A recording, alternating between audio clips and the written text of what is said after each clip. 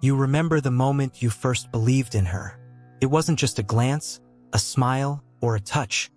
It was a quiet, intoxicating certainty that someone had finally seen you, fully and completely, in a way the world had never bothered to. There was warmth, a light that seemed to spill from her very presence, illuminating corners of your mind you didn't even know existed. And yet, even in those early days, there was a shadow, subtle but persistent, that you couldn't quite place. A slight misalignment between her words and her gaze, a tension in her laughter that hinted at something deeper, unspoken, unrelenting. You convince yourself it's nothing. Love, after all, is messy. But the truth slowly unfurls, like a dark tide creeping in under a shore you thought was solid. You begin to notice patterns, the little dismissals, the subtle belittling remarks disguised as jokes, the careful erasure of your achievements while she magnifies her own. It's not overt. There is no dramatic betrayal, no grand declaration of malice. That is what makes it so insidious. A covert narcissist does not assault the self-esteem with obvious weapons. They dismantle it with invisible surgical precision. They are the silent architects of your doubt. You start to question your own perceptions. Am I too sensitive? Is this my fault? The mirror you once trusted begins to reflect uncertainty. Carl Jung once warned, "Everything that irritates us about others can lead us to an understanding of ourselves." You begin to wonder if your discomfort is a test of your character, a challenge to your patience. Yet, deep down, you sense that the irritation is not born solely from your inner flaws but from the subtle, corrosive influence of someone who wields empathy as a weapon rather than a bridge. The paradox is almost unbearable. You are drawn to her, even as she drains you. Her kindness is calculated. Her charm is meticulously sculpted. Her attention is a fleeting currency given when she deems you worthy, and withdrawn the moment you approach equilibrium. There is a psychological gravity to her presence, a pull that keeps you orbiting despite the gnawing sense of wrongness. Nietzsche's observation comes unbidden. He who fights with monsters should be careful lest he thereby become a monster. And if you gaze long into an abyss, the abyss also gazes into you. Each day spent under her influence erodes not just your confidence but your clarity, reshaping your perception of love, trust, and even reality itself. You may have heard people say, "She didn't love you," but that statement feels almost too simple, almost dismissive. It is not merely the absence of love. It is a deliberate distortion of it. A covert narcissist's affection is a labyrinth, enticing, reassuring, and ultimately inescapable. You are conditioned to seek her approval while simultaneously being punished for your pursuit. The love you imagined becomes an elaborate mirage, bright, vivid, intoxicating, but always unreachable, always contingent. You feel a constant tension between desire and fear, longing and doubt, hope and despair. By the time the truth becomes undeniable, the emotional terrain of your life has already shifted. You are left navigating a landscape littered with contradictions.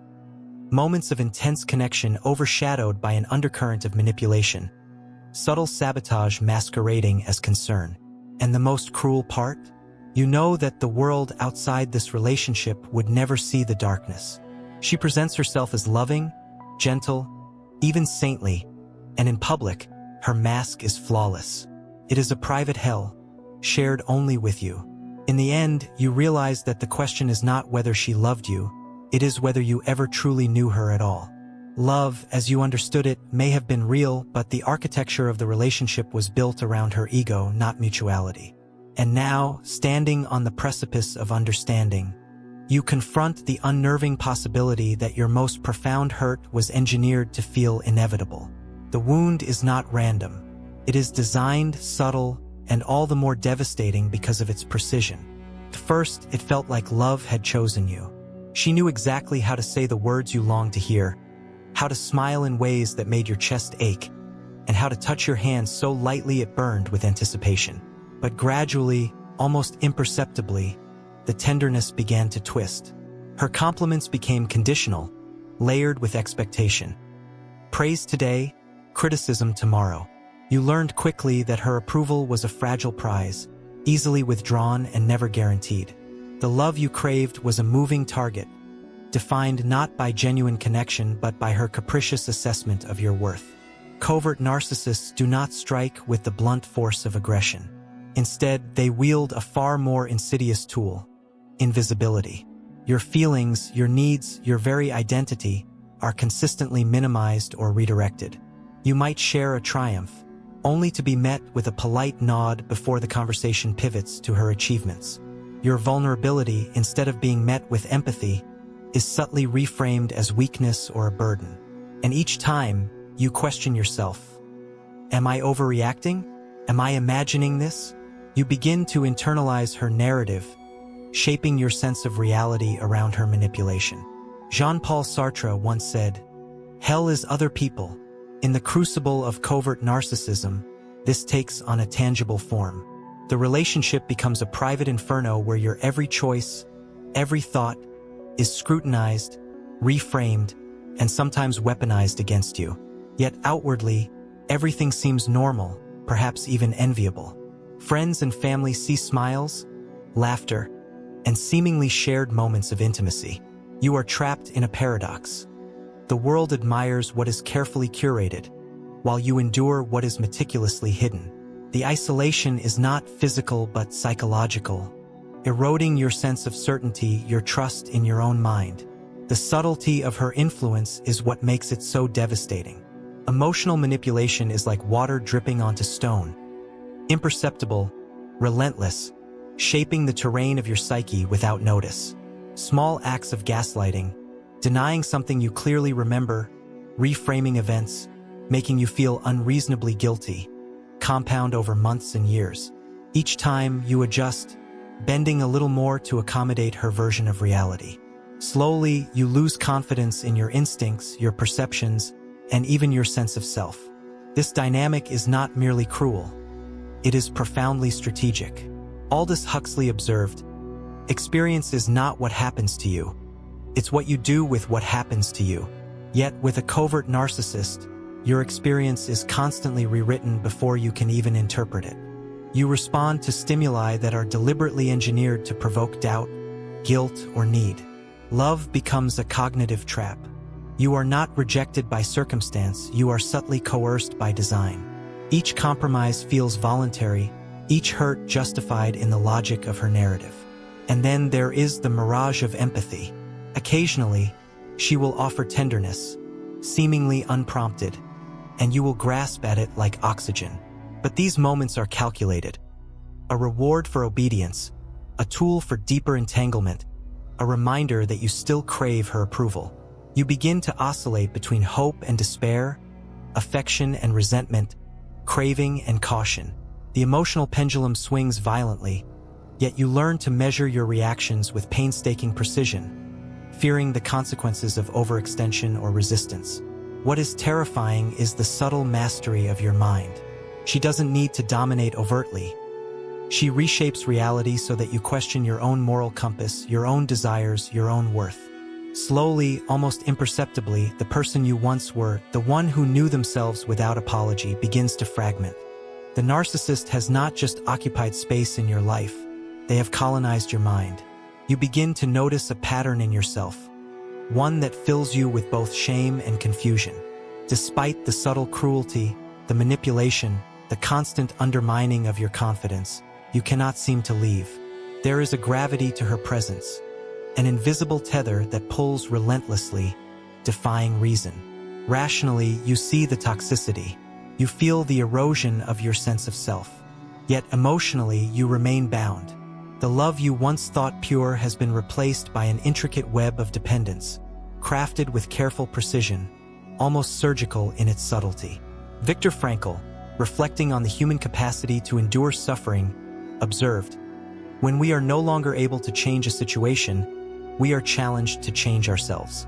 In the context of a covert narcissist, this insight becomes bitterly ironic. You are compelled to change yourself endlessly, not for growth, not for self-actualization, but to survive the emotional storms she engineers. Each compromise, each adjustment, feels like a minor concession, yet cumulatively, they shape an entirely new self. A self conditioned to anticipate her needs, navigate her moods, and justify her actions. The emotional dependence is cunning because it masquerades as intimacy. She has learned precisely what you crave: validation, reassurance, the feeling that someone sees you fully, and she doles it out sparingly. Like a skilled illusionist, she offers glimpses of connection that leave you wanting more. You chase these moments, believing that if you can just earn them, you will reclaim the love you imagined.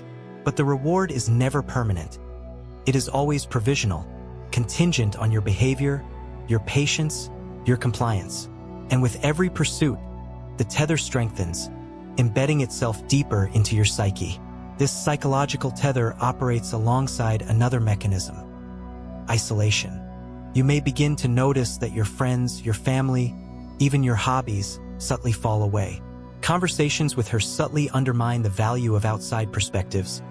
They don't understand you like I do, or they wouldn't care as much as I do. Over time, your world narrows to the size of her influence. Nietzsche's words echo in the recesses of your mind. He who despises himself still respects himself as one who despises. But he who despises others without measure has no respect left. In her world, your perspective is secondary, inferior, and endlessly negotiable. You are invited to despise your own needs, your own instincts, while revering her judgments as truth. And yet, paradoxically, the very dependence she cultivates is often invisible to you. It is not dramatic or overt. There are no chains, no locked doors, no public admonitions. The coercion is emotional, intellectual, and spiritual. Your mind, once your sanctuary, becomes a field of silent battles where victories are small, fleeting, and often illusory. Each time you attempt to reclaim autonomy, you meet subtle resistance: guilt, confusion, or a fleeting withdrawal of affection that terrifies you far more than any outright aggression could. The entrapment is most profound because it is intertwined with hope. You remember her tenderness, the rare moments of warmth and connection that make your pursuit feel worthwhile. You convince yourself that the love you once believed in can still exist if only you endure, if only you try harder. It is a cruel paradox. The hope itself becomes a cage, a force that ensures your continued orbit around someone whose affection is contingent and whose motives are always self-serving. In this gravity well of dependence, self-doubt and longing are indistinguishable. You begin to forget who you were before her, before the manipulation, before the subtle gaslighting recalibrated your sense of reality. And as the realization settles, faint but undeniable, it becomes clear. The struggle is no longer just about love. It is about survival, identity, and reclaiming the pieces of yourself that have been quietly, almost imperceptibly appropriated. By now, you realize that the relationship is not chaotic. It is meticulously structured.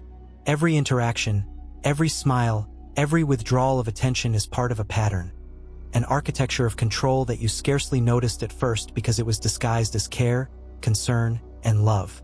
The covert narcissist does not attack openly. They work in the shadows, shaping your behavior, your emotions, and even your perceptions of reality. It is a form of power that is subtle yet absolute, like gravity, invisible, relentless, and shaping every movement without notice. Arthur Schopenhauer once said, "Compassion is the basis of morality, but a cunning mind can weaponize compassion against the compassionate." This is the covert narcissist's genius. They wield your empathy and moral compass as tools for manipulation.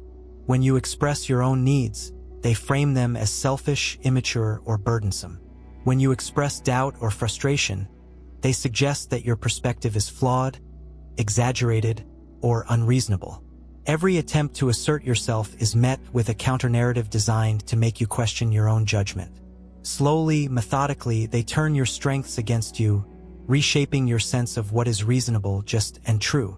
Guilt is their most effective instrument, not the blatant guilt of an argument or a reprimand, but the insidious kind that seeps in silently. They will suggest that you are failing them emotionally, intellectually, or spiritually, even when you have done nothing wrong. You begin to apologize preemptively, to anticipate their needs, to measure your words carefully. The language of the relationship becomes a minefield, And the cost of a misstep is not confrontation but subtle withdrawal, coldness, or pained expressions of disappointment. It is psychological precision designed to teach obedience without ever revealing its purpose. The manipulation extends beyond words. A covert narcissist understands the power of perception. They carefully curate their behavior in public and in private, creating a reality where the outside world cannot comprehend the subtle cruelty you endure. Friends, family, colleagues, none see the quiet erosion of your confidence. In their presence, she is loving, attentive, even selfless. In yours, she is calculating, evaluative, and exacting. This duality creates profound confusion. You begin to doubt not only your reality but the validity of your own memories, emotions, and intuition. The result is a labyrinth of uncertainty and self-questioning. You internalize their narrative because it is wrapped in familiarity and desire. You rationalize the inconsistencies, the slights, the disappearances of affection. You try harder, love more, bend further, convinced that if only you meet the unspoken standards, the warmth will return. Nietzsche's words resonate with painful clarity. Invisible threads are the strongest ties. You are tethered not by chains or ultimatums, but by the delicate, invisible threads of hope, obligation, and self-doubt. And yet, there is a subtle brilliance in this architecture.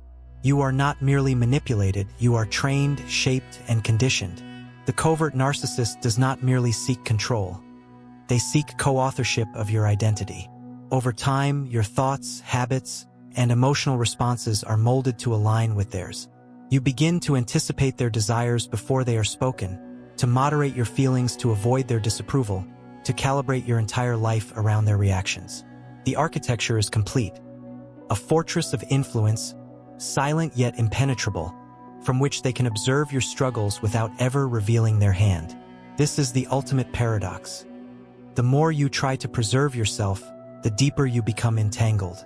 Every act of self-preservation can be reframed as selfishness, and every moment of obedience is rewarded with fleeting affection that only reinforces your dependence. The manipulation is not just strategic, it is existential. It asks fundamental questions about identity, autonomy, and morality. Who are you when your reality is constantly questioned? And whose truth do you inhabit when your own perception is under siege? By the time you begin to see the truth, the damage has already etched itself deep within you. The manipulations, the subtle invalidations, the conditional affection, they leave no visible wound, yet they carve into your psyche with a precision that time does not easily heal. You are left grappling with a profound paradox.